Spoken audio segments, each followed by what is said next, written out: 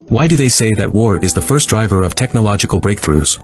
This is an air battle of fighter planes 100 years ago, where pilots carried pistols directly into the battle.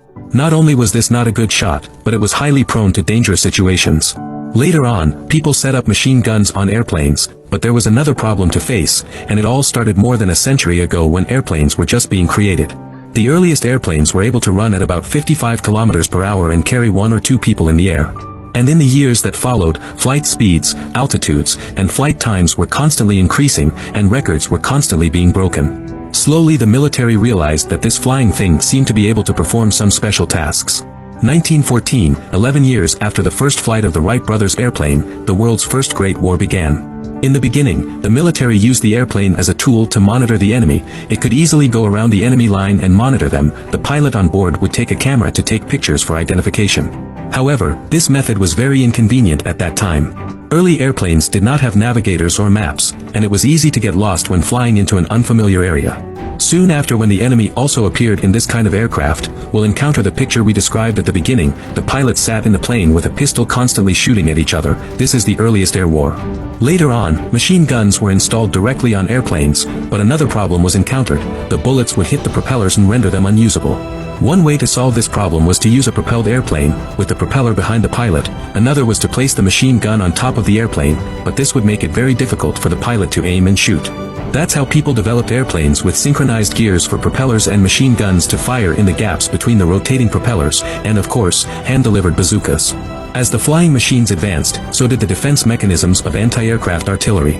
But then it was realized that the risk of death in this type of combat was very high. Some pilots were shot down directly, while others might have bullets hit the plane and problems with the plane. The pilot would be killed with it.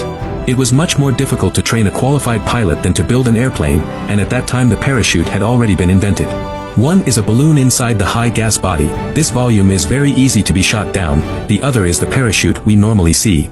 But for pilots, in most airplanes, the cockpit is relatively small and it is difficult to be able to put down a parachute. The most important problem was that the command at the time believed that placing a parachute on an airplane would encourage pilots to run and jump in a critical situation rather than face the enemy. And that parachutes would also affect the performance and range of the airplane. It wasn't until 1918 that German airplanes became the first in the world to introduce standard parachutes, which later became the standard in every country. The earliest airplanes were made of wood covered with fabric, and the most common type was the biplane because of its great strength and already proven structure.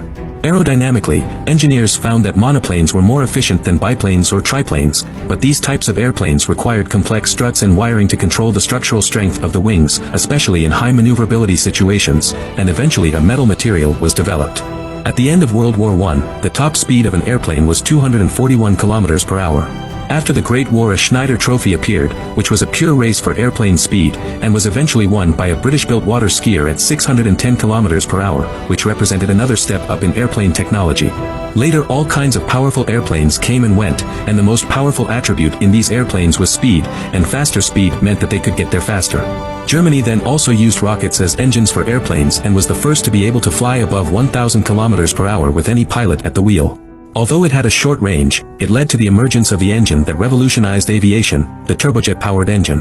What followed was research into transistors, chips, and autopilot, which made today's airplanes smarter and more powerful. Which country in the world dares to say that its bomber can fly continuously for more than 70 hours and run for more than 50,000 kilometers without a single problem with the engine? I'm afraid that in addition to the US B-2 Ghost bomber, even Russia's most awesome Tu-160 does not have this ability. Then the range of only 12,000 kilometers of the B-2 bomber, how to fly 55,000 kilometers.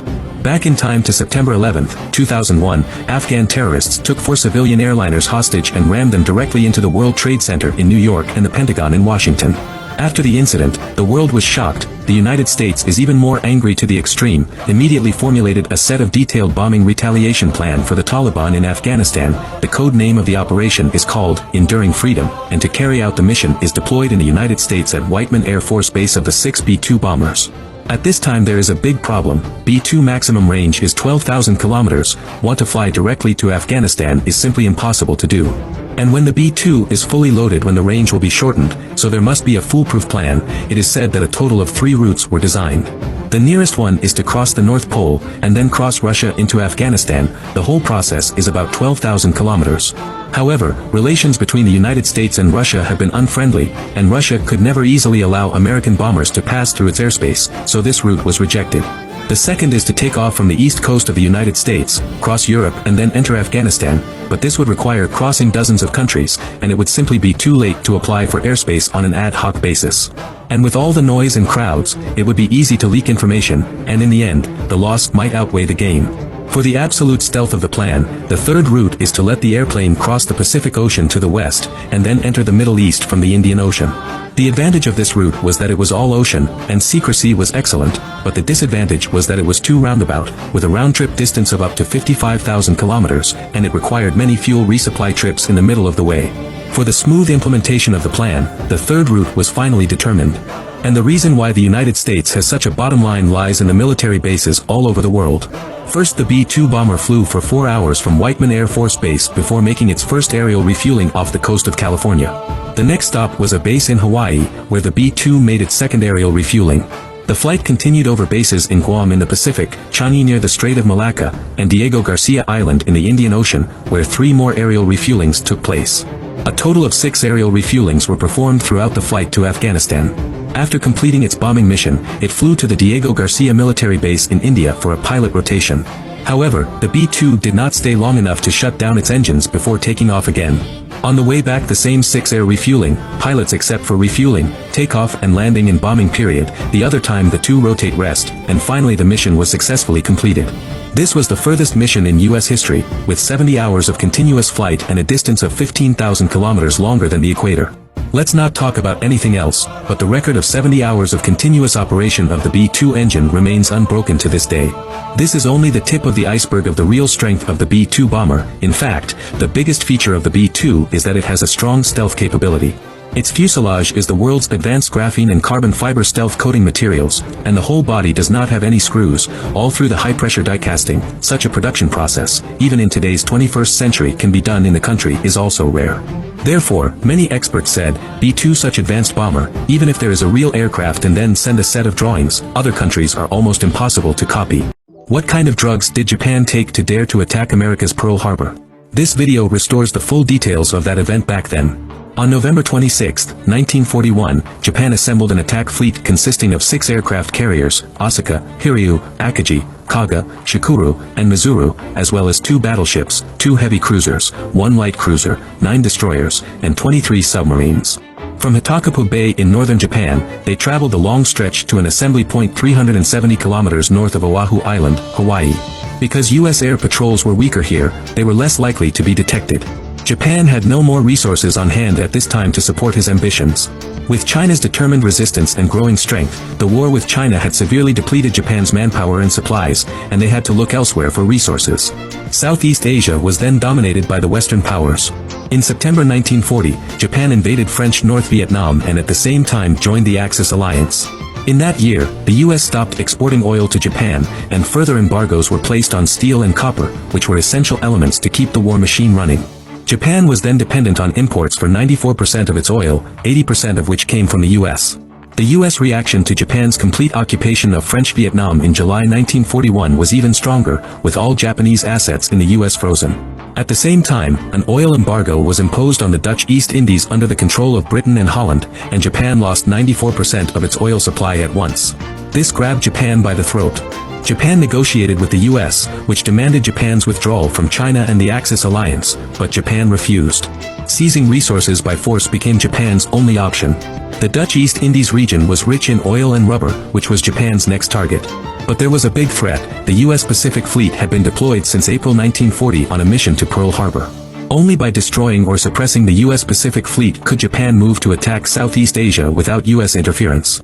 And there was still time to mount a defense and consolidate the gains. On December 6, the fleet under Nagumo's command was 960 kilometers north of the island of Oahu. At 1 a.m. on December 7, 5 Japanese mini-submarines were released from their mother submarine, which was only 12 kilometers from the harbor, and sailed to the harbor, aiming at the battleships anchored there. At 3:57, the minesweeper Condor was patrolling the entrance area and detected submerged a number of objects moving toward the harbor. The Condor immediately alerted the destroyer ward. At 6 a.m., the Japanese fleet reached a point approximately 440 kilometers north of Oahu Island, and the carrier planes began to move. The 183 aircraft from the 6 carriers included Mitsubishi A-6M0 fighters and an assortment of dive bombers and torpedo bombers, which would launch the first wave of airstrikes. AT-645, the USS Ward sighted and attacked a small submarine close to the harbor entrance. The Ward opened fire on it with her 4-inch guns, hitting the submarine and dropping depth charges to ensure that the submarine sank. 07 to 02, a newly operational radar station on the northwestern part of the island of Oahu detected a large echo heading toward the island.